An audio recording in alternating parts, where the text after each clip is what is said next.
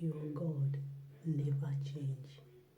Your God remain the Alpha and the Omega, the beginning and the end. I am that I am. That means there is nothing he cannot handle. There is nothing he cannot do. I pray for you that this year God will give you testimony. No matter your situation, no matter what you're going through, no matter what is happening in your life today or before, may God restore you. May God revive you. May God give you life again. May the life of Jesus be in you. May God see you through. May He bless you. May He make a way for you.